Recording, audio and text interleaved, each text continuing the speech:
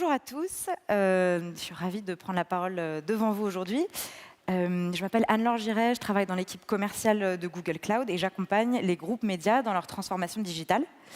Nous avons l'honneur d'avoir sur scène François, Céline de l'équipe accompagnée de Jean-Pierre de Scale5.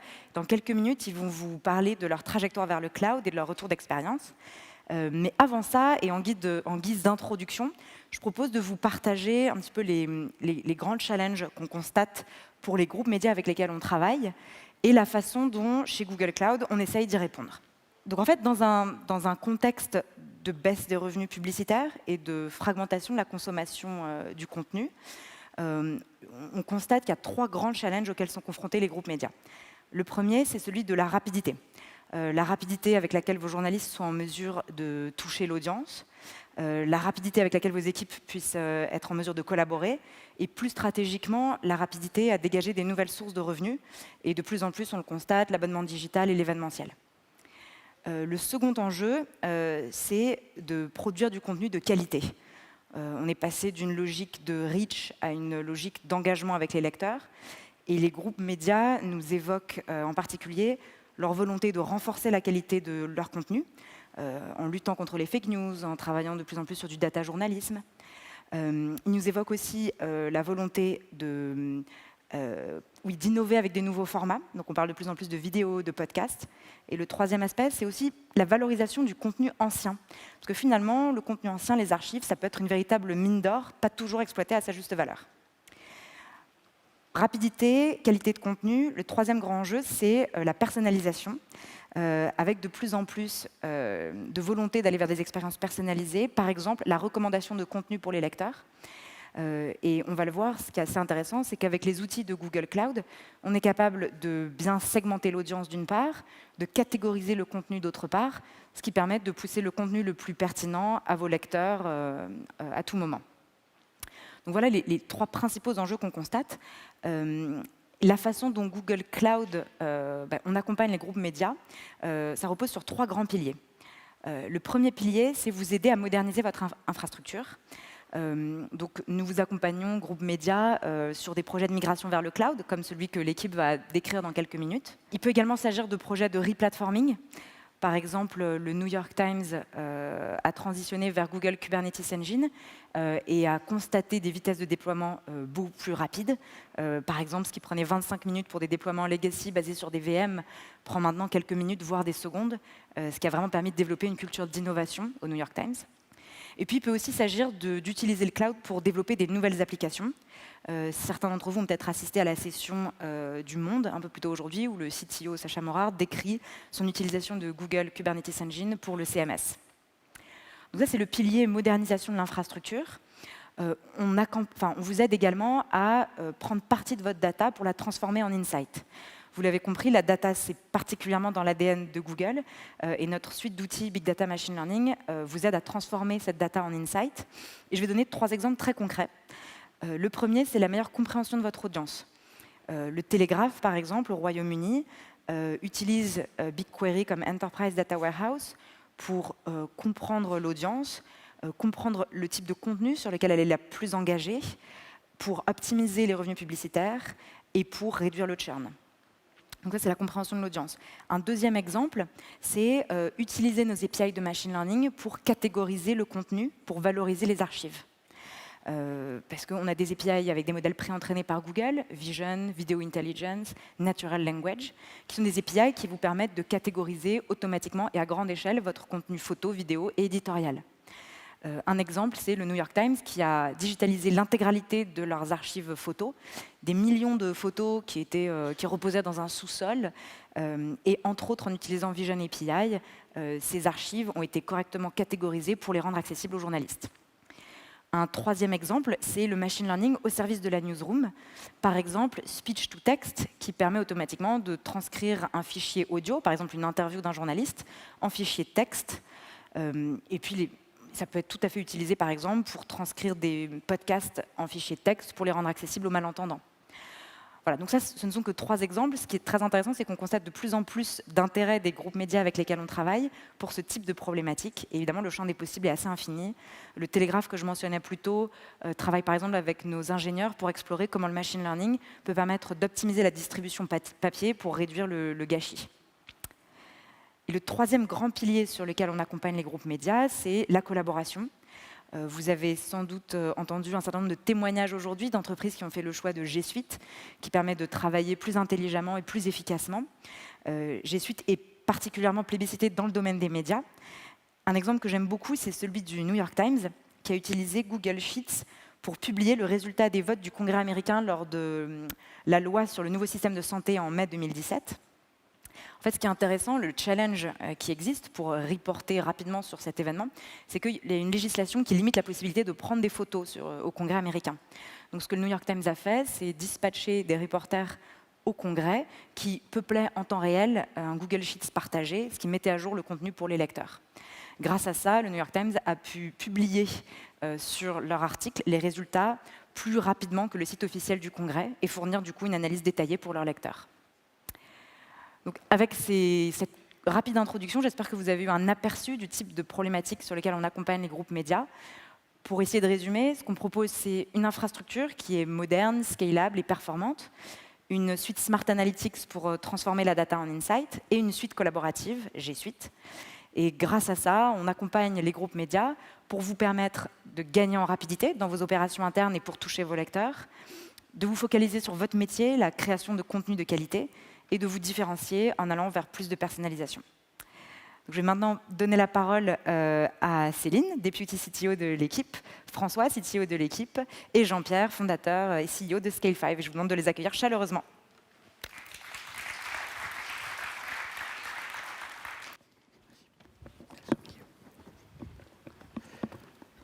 Bonjour à tous. Bonjour. Bonjour.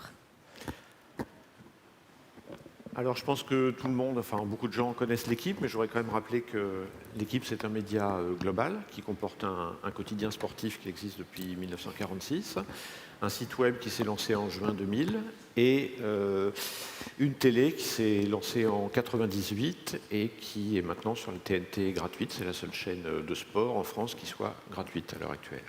Alors quelques chiffres, donc l'équipe.fr, donc l'équipe qui est chargée de développer le site web, les outils, les applis, c'est 35 personnes environ. C'est une rédaction unifiée omnimédia qui alimente le site, aussi bien les journalistes du desktop numérique que ceux du print maintenant. Il y a aussi une télé qui produit beaucoup de contenu vidéo. On a plus de 40 millions de vidéos vues chaque mois. Et je voudrais citer un petit chiffre que j'aime bien. Bon, j'ai regardé les chiffres sur le dernier PSG Manchester là, de funeste mémoire, mais bon. On a eu des pics, évidemment très courts, mais quand même qu'il faut encaisser. C'est ça une de nos problématiques. À 300 000 pages vues par minute.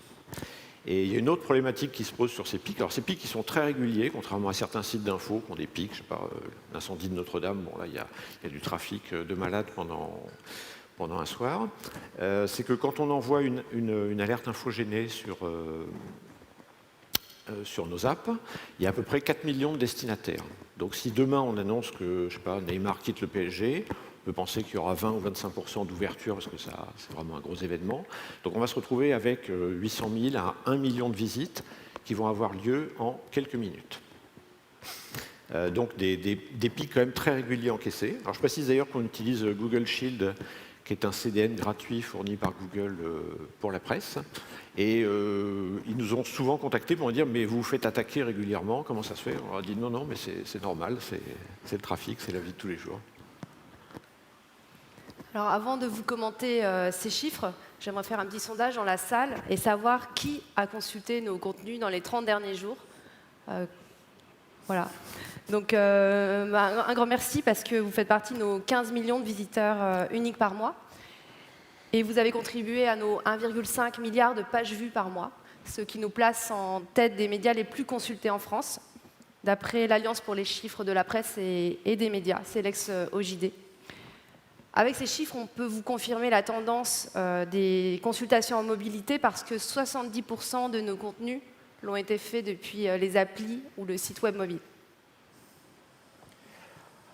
Alors, Scale5, c'est un pure player qui est concentré sur 2 clouds publics, et particulièrement GCP. Notre mission, c'est d'assurer l'infogérance de nos clients, de leur application sur le cloud. Alors, on le fait de 2 manières, soit en prenant et en portant la responsabilité 24/7, c'est ce qu'on fait avec l'équipe, soit en déléguant nos scalers au sein des équipes de nos clients pour assurer le run au day-to-day. En travaillant sur le run, on s'est forcément spécialisé et on est monté en expertise sur la phase qui est en amont, c'est-à-dire le move to cloud. Et c'est ce dont on va vous parler notamment aujourd'hui. Et je suis très fier d'être sur scène aujourd'hui face à vous et avec l'équipe.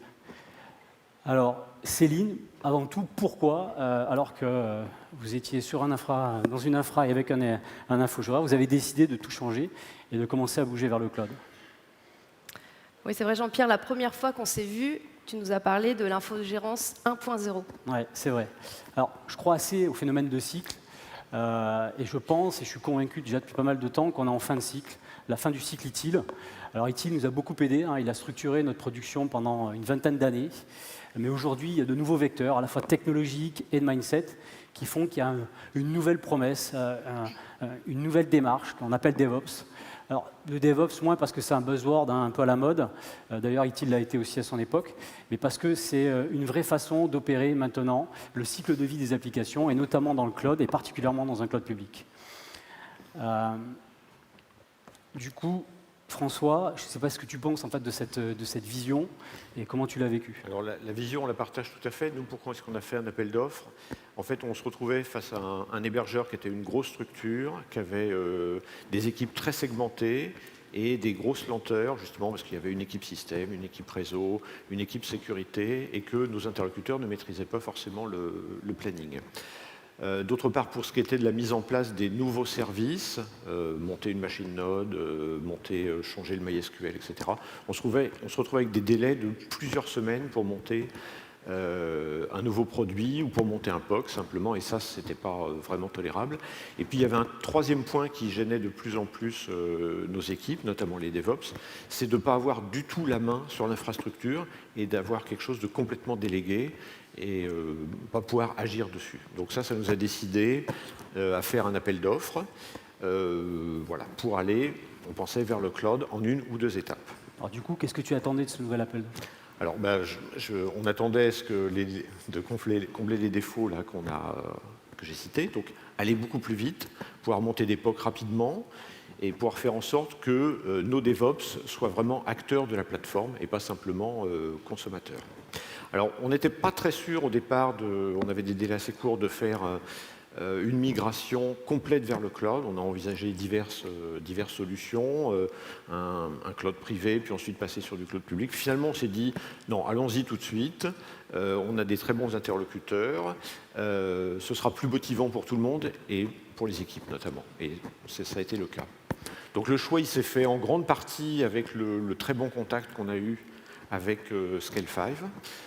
Qui nous a convaincus, et puis qui nous a convaincus aussi que l'offre de Google était largement à la hauteur, et notamment aussi bien que celle de AWS. Alors, je crois par contre qu'on avait un cadre qui était relativement restreint, avec des dates, c'était à la fois bouger sur le cloud, mais aussi en compressant le temps. Oui, on avait surtout la particularité d'avoir un très grand nombre de fichiers à transférer. On a aussi des contenus qui s'actualisent en permanence. On est interconnecté avec le journal qui est mis en ligne à 1h du matin. On doit servir nos partenaires. Donc, on savait qu'on avait la deadline du 31 décembre, qui coïncidait avec la fin du contrat de notre ancien hébergeur. Il a fallu donc trouver une date de bascule qui aurait le moins d'impact possible pour nos visiteurs et aussi pour les journalistes. Et donc, finalement, on a réussi à basculer il y a exactement 6 mois, le 18 décembre, sans coupure de service, malgré des lives de NBA qui avaient lieu pendant la nuit. Alors comment on s'y prend? En l'occurrence, peut-être François, nous présenter ton architecture en quelques mots, histoire de donner une overview. Oui, la nouvelle architecture, on simplifie un peu. On a une dizaine de composants, principalement. On a 2 varniches en entrée qui sont 2 varniches croisées. Ensuite, on a une grappe de serveurs front. donc qui absorbe le trafic plutôt un peu statique. Une grappe de serveurs middle, là c'est tous nos outils, les outils de la rédaction, tout ce qui fait des traitements, ce qui importe des lives depuis chez nos partenaires. On a un certain nombre de clusters, Memcache, Elasticsearch, MongoDB, RabbitMQ. On a un cluster Sybase, qui est un historique, mais qu'il fallait transporter. Et puis on a des services managés en plus de ça, donc on a profité pour changer. Donc le MySQL qui est passé en mode Cloud SQL et le Redis qui est passé sur du Memory Store. Donc on a essayé de garder l'essentiel et d'améliorer ce qui pouvait être amélioré sans mettre en péril le planning. Alors, tu as parlé tout à l'heure des pics de charge. Pour ça, en fait, il y a un système de caching qui existe. C'est un historique, ça fonctionne très bien. Et la décision a été prise de garder cet historique et finalement de bouger le cloud, tout ce qui se passe en dessous. Peut-être 2 mots sur cet élément qui, lui, ne va pas bouger. Donc sur la plateforme, on a à peu près une quarantaine de VM, ce qui n'est pas beaucoup, et ça ne change pas tellement depuis qu'on a migré. Alors effectivement, on a un système de cache qui a été mis en place depuis un certain temps, qui s'est un peu sophistiqué. Donc on a commencé, comme un peu tout le monde, avec un seul CDN, qui était Akamai à l'époque. Et puis on a utilisé le service qui s'appelle Cedexis, qui est une belle boîte française, qui a été rachetée par Citrix maintenant, et qui fait de l'aiguillage de CDN. Donc il aiguille vos internautes sur le meilleur CDN en fonction de votre localisation et du moment de la journée, donc de l'état du réseau en fait. Donc on utilise Cedexis qui aiguille et on a un système de multi-CDN, donc ce qui permet d'avoir une meilleure offre normalement, puisqu'on aiguille tout à la perf, et puis aussi de faire jouer la concurrence. Donc on a Akamai qui est notre CDN historique, qui est costaud, c'est la Rolls-Royce des CDN. À l'époque, on avait Limelight, maintenant c'est MaxCDN, mais peu importe, enfin, on fait jouer la concurrence. Et puis on a aussi des box qui sont des gros varniches qu'on prend chez Online ou chez OVH, qui absorbent une bonne partie du trafic quand même. Ils absorbent 40% du trafic par mois. Donc ça doit faire quelques centaines de terras pour quelques centaines d'euros. Donc là, il y a un prix qui est imbattable. Et après, il y a tout un système d'orchestration qui fait qu'on a un état de santé de la plateforme et qui permet à Cedexis de rebasculer sur les vrais CDN, si j'ose dire, lorsqu'il y a vraiment trop de trafic. Il y a un article de François sur Medium, donc n'hésitez pas à aller le lire. Il détaille précisément cette architecture. Alors, bien évidemment, sur cette phase de setup, il y a à la fois de bonnes surprises, mais il y a quelques difficultés. Et on va prendre quelques exemples de l'un et de l'autre. Sur les difficultés, François. Oui, alors ça a été notre plus grosse difficulté. C'est que historiquement, on a beaucoup de fichiers générés. Donc on a vu le chiffre tout à l'heure de 1 Tera 3, donc on a quelques millions de fichiers à transférer. Donc chez notre hébergeur, on avait un étape, mais mutualisé. Et donc, quand on a demandé si on pouvait ouvrir Google sur ce NetApp mutualisé, on nous a dit « Ah non, pas question, il est mutualisé, il y a les données des autres, donc ça ne passera pas comme ça. » On a dit « Bon, alors est-ce qu'on peut faire du tunneling entre GCP et nos machines directement ?» On nous a dit « Ah non, pour des raisons de sécurité, ça ne marche pas non plus. » Bon, OK. Ensuite, on nous a proposé de copier ça sur un disque dur et de nous l'envoyer par coursier, mais bon, on n'a pas pris cette option-là. Et donc on avait une autre option qui était d'utiliser un produit NetApp qui s'appelle Cloud NetApp, mais ça aurait pu marcher, mais c'était assez compliqué à mettre en œuvre, il y avait beaucoup d'intervenants. Donc finalement, on avait anticipé une solution qu'au départ on pensait un peu compliquée, consistant à faire du tunneling à partir de nos machines chez nous. Donc on était man in the middle entre Google et notre plateforme chez l'ancien hébergeur. Et on a mis en place un système de recopie de fichiers incrémental. Donc il y a eu une phase de setup. Puis ensuite, chaque nuit, on regardait ce qu'avait bougé. On faisait un diff sur les 24 heures par service. On répartissait ça par paquet de 200 fichiers. Et puis à 2 heures du matin, tout ça tournait et ça rattrapait le delta. Donc au départ, on était moyennement confiants parce qu'on n'avait qu'une LS à 10 mégabits seconde vers la plateforme. Mais étonnamment, ça a très bien marché. Et le soir de la bascule, en fait, on a mis moins de 2 heures pour tout rattraper le delta. Et donc, on était très contents de ce truc-là. Heureusement qu'on l'avait anticipé. Donc, j'en profite pour remercier Ariel Blanchard, notre lead DevOps, qui est dans la salle, qui a mis en place cette solution, qui nous a bien sauvés. Alors Céline, de ton côté, ce qui devait bien se passer s'est bien passé. Quelques exemples? Oui, alors Sybase, on en a parlé, c'est notre base de données de data sportive. Donc c'est un peu exotique dans le monde du web. On n'était pas très serein, on partait dans l'inconnu. Et au final, ça a très bien fonctionné avec les VM. Donc c'est une bonne surprise. En plus, Scale5 nous a trouvé un expert pour nous aider à la mise en place de la réplication. Il marche plutôt mieux qu'avant, d'ailleurs, le Sybase. Oui, c'est vrai, on a moins d'incidents, et donc c'est autant appréciable. Pour la migration de l'ensemble de l'infra, on est parti plutôt sur un scénario conservateur en lift and shift. Et comme François l'a expliqué tout à l'heure, il y a quand même quelques briques qu'on a fait évoluer. Donc le Solar vers un Elasticsearch, le Redis vers Memory Store, CouchDB vers MongoDB et MySQL vers du Cloud SQL. Alors justement, sur la démarche, tu viens de l'évoquer. On a coutume de conseiller nos clients de le faire en 2 grandes étapes. La première, c'est bouger l'application et la faire tourner sur GCP.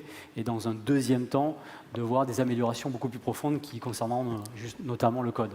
Donc sur cette première phase, notre conseil, c'est de rester dans une zone de maîtrise, d'accord? Et au passage, de faire quelques quick wins, on l'a vu là, avec Céline, notamment d'essayer de plugger tout de suite des services managés. Mais faites un minimum de modifications, sinon, particulièrement quand vous êtes contraint par un timing et un jalon là, qui était au bout de 4 mois, essayez vraiment de faire au plus simple et au plus maîtrisé. Il y a un point sur lequel on essaie de sensibiliser nos clients, c'est de garder en tête, de mettre en place les briques de base du DevOps. Alors, je vous en donne 3 qu'il faut mettre dès la phase de setup. Le premier, c'est l'infra as code. Vous avez tout ce qu'il faut pour mettre en place et piloter votre infrastructure avec du code. Vous devez le faire, mettre ce code-là dans un repo, partagé par tous, afin que chacun puisse contribuer soit pour valider une modification, soit pour demander ou faire une modification. Ça, c'est le premier point. Le deuxième, c'est automatiser. Alors bien évidemment, mettre une CI/CD de l'infra, ça paraît évident une fois qu'on a tout codé. Donc ça, il faut la mettre jusqu'au bout et s'assurer en fait qu'on va automatiser les modifications d'infrastructure, quel que soit l'environnement qui est concerné. Mais pousser le curseur aussi sur vos applications. C'est plus ou moins facile, il y a des contraintes liées au legacy, mais mettez-vous dans une démarche à pousser des évolutions et à mettre en place la CI/CD sur votre application.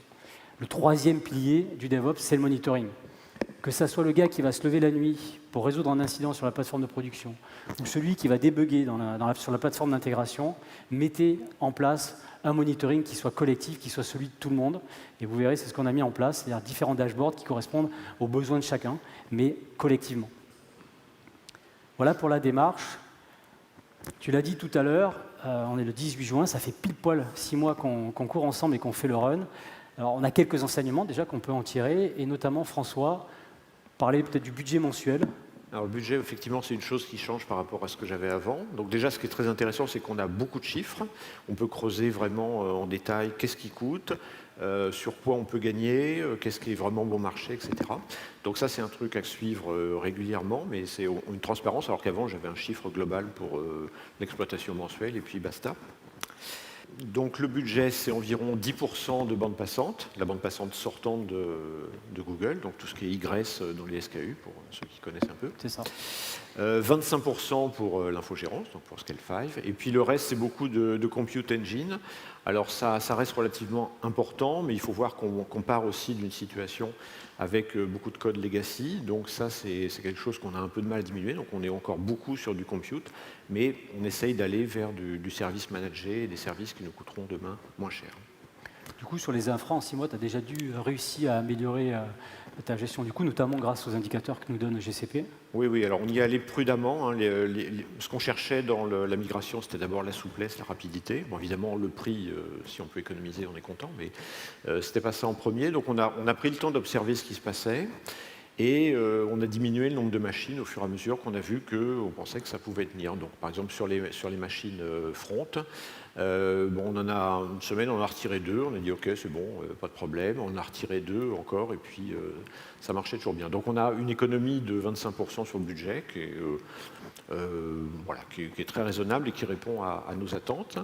On a d'autres exemples, comme par exemple, on a deux varniches croisées, j'en ai parlé tout à l'heure, qui étaient des machines des N8, donc 8 cœurs, 30 gigas. On a vu qu'un peu plus de gigaoctets, ça leur ferait du bien.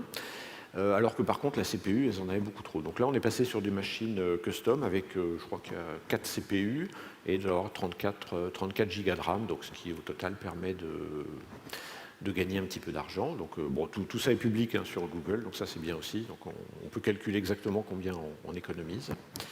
Et puis après quelques semaines d'observation aussi, on est passé à de la réservation sur 3 ans. Donc si vous réservez sur 3 ans des ressources, on n'a pas l'intention de quitter Google avant 3 ans, donc ça va bien. Voilà, vous avez des réductions qui sont substantielles. En parlant de chiffres, on peut parler aussi de tous les changements qu'on a fait depuis janvier. On a fait environ une vingtaine de modifications. Ça concernait des changements de machine, du downsize ou de l'ajout de services. Donc en gros, on a fait un changement toutes les 2 semaines. Alors, Donc c'est un rythme bien supérieur à ce qu'on avait avant, hein, enfin qui n'a rien à voir. Au niveau de l'infra. Oui. On va le voir sur le nombre de tickets justement, parce que le day-to-day, c'est vraiment le quotidien, et donc là aussi quelques modifications dans la vie quotidienne. Oui, la grosse différence, c'est qu'on a beaucoup plus de détails sur les serveurs. Les infos sont plus accessibles. Donc on a partagé des dashboards qu'on a coécrits avec vous, Scale5. Et on a des outils de monitoring qui sont très fins sur notre plateforme GCP. On peut parler aussi applicativement, on fait plus librement les releases en front. Alors en back, on a encore des choses à améliorer, mais ça, c'est dû à l'historique de notre legacy et pas forcément à l'infra GCP. Voilà. Puis sur le fonctionnement régulier, comment on échange avec Scale5, donc on utilise Rike, qui est un outil de ticketing et d'échange. On est sur un rythme de 15 tickets par semaine, ce qui est quand même pas mal. Je pense qu'on est un client un peu exigeant.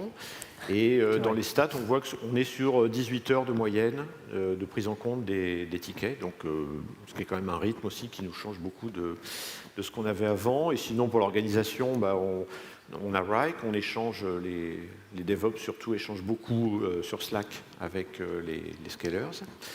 On a un point hebdo téléphonique et un copilot tous les mois en physique.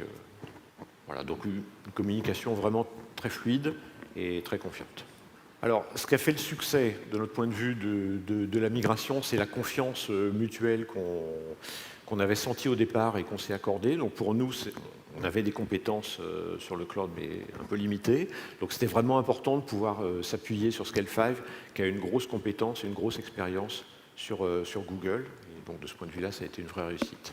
Alors, de notre côté, hein, puisque l'un des piliers de la confiance, c'est la maîtrise, et avec un timebox de 4 mois et une date qu'on ne pouvait pas rater au 18 décembre, on a acquis aussi une grosse part de confiance par votre maîtrise.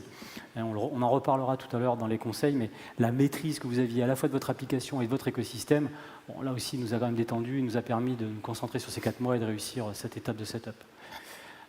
De la même manière, la collaboration, Céline.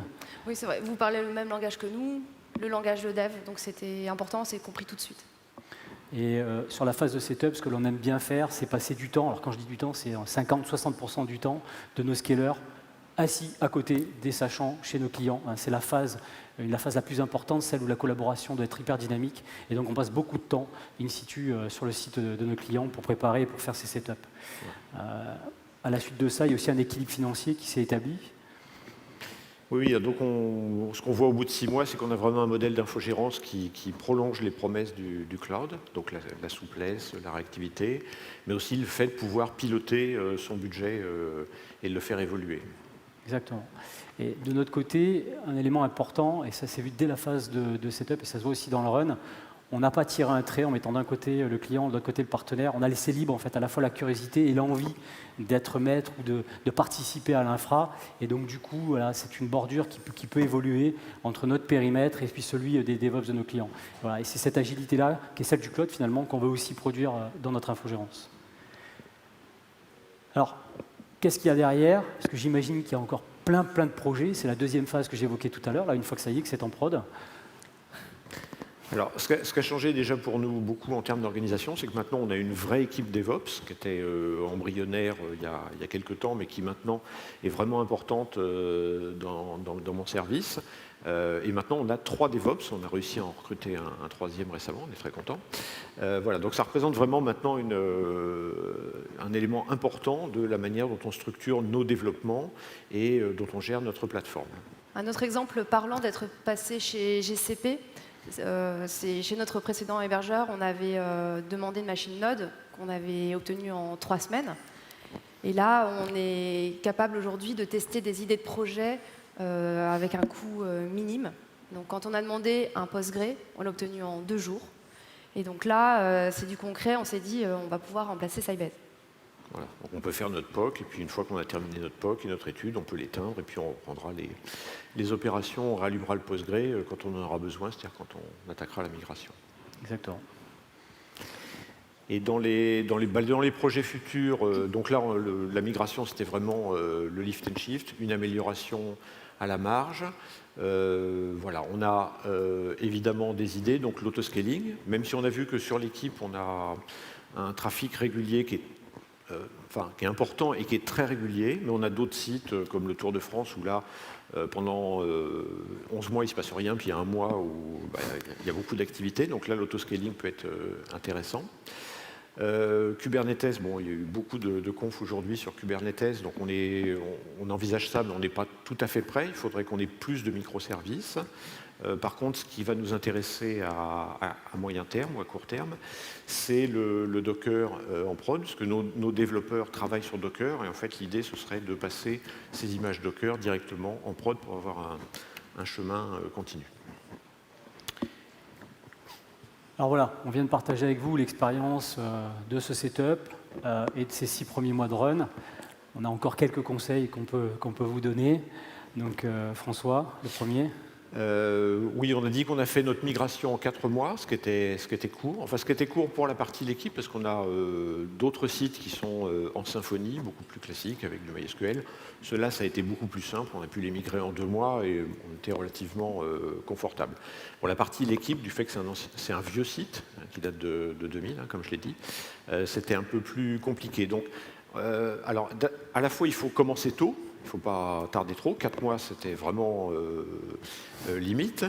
Mais un petit conseil, c'est qu'il ne faut pas commencer trop tôt, parce que vous faites un appel d'offres, vous faites votre choix, puis vous allez devoir dire à votre ancien hébergeur que vous le quittez, et là, les choses peuvent changer. Et ça peut devenir beaucoup plus compliqué. Donc nous, on a retardé au maximum l'annonce en leur disant non, on n'a pas encore bien décidé et tout ça. Mais ça peut être un peu compliqué. Donc il ne faut pas commencer trop tard, mais il y a ce point-là qui est à prendre en compte. Ça veut dire qu'il y a un certain nombre de choses qu'il faut anticiper peut-être avant d'avoir annoncé à son ancien hébergeur qu'on part. Ouais, si vous envisagez de faire une migration d'un hébergement classique vers le cloud comme nous, on l'a fait, il faut vraiment vous faire accompagner. Ou alors à minima avoir les compétences cloud à l'intérieur de l'équipe de dev, parce que c'est pas aussi simple que ça. Une autre recommandation, donc comme nous on avait beaucoup de legacy, vraiment anticiper la connaissance exhaustive de vos applications, parce que vous ne déménagerez pas sereinement si vous ne connaissez pas ce qui se passe dans le grenier et dans la cave. Oui, en 20 ans, 19 ans, on a accumulé plein de partenariats qui se sont terminés depuis longtemps et tout ça. Donc dans votre code, vous avez plein de choses qui ne servent plus à rien, mais qui... Voilà, il faut savoir s'il faut les migrer, pas les migrer, si on peut les chier, etc. On pense que ça ne sert à rien et finalement, ça sert. Ça peut servir encore. Et puis un autre point qui, moi, m'a changé, c'est la partie FinOps. C'est-à-dire qu'effectivement, chaque jour, on peut regarder sa consommation financière. D'abord pour voir si elle est stable, si elle augmente. J'ai des collègues dans la maison qui ont eu des surprises avec l'utilisation de BigQuery, où en fait ils n'ont pas bien compris que quand ils faisaient plein de requêtes sur BigQuery, ça coûtait cher, et quand on a des gros volumes, ça peut coûter très cher. Donc surveillez votre facturation au jour le jour. D'abord, ça vous permet de voir que vous êtes bien dans votre budget, et puis ça vous permet aussi de voir où est-ce que vous allez pouvoir gagner de l'argent. Et puis aussi, alors ça ne fait pas un poste FinOps à temps complet, alors peut-être si des très grosses boîtes qui ont des centaines ou des milliers de VM, peut-être ça fait un poste FinOps complet, mais bon. Mais enfin, il faut prévoir de s'en occuper et de surveiller ce truc-là. Il y a un truc qui est bien aussi, c'est que on peut très facilement exporter les données de facturation sur BigQuery et ensuite les exporter les utiliser, les visualiser avec Data Studio. Donc ça permet par exemple, si vous voulez faire un reporting au management, d'avoir une vue synthétique du budget et de le voir évoluer jour après jour pour ne pas avoir de surprise. Bien, écoutez, nous arrivons au terme de cette présentation. Oui. Merci beaucoup de nous avoir suivis. Vous êtes restés jusqu'à la dernière session de la journée, donc bravo.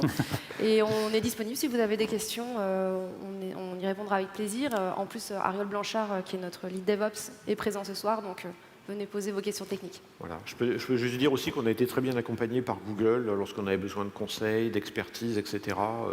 Ils ont été très présents et très réactifs. Merci. Merci. Merci à vous.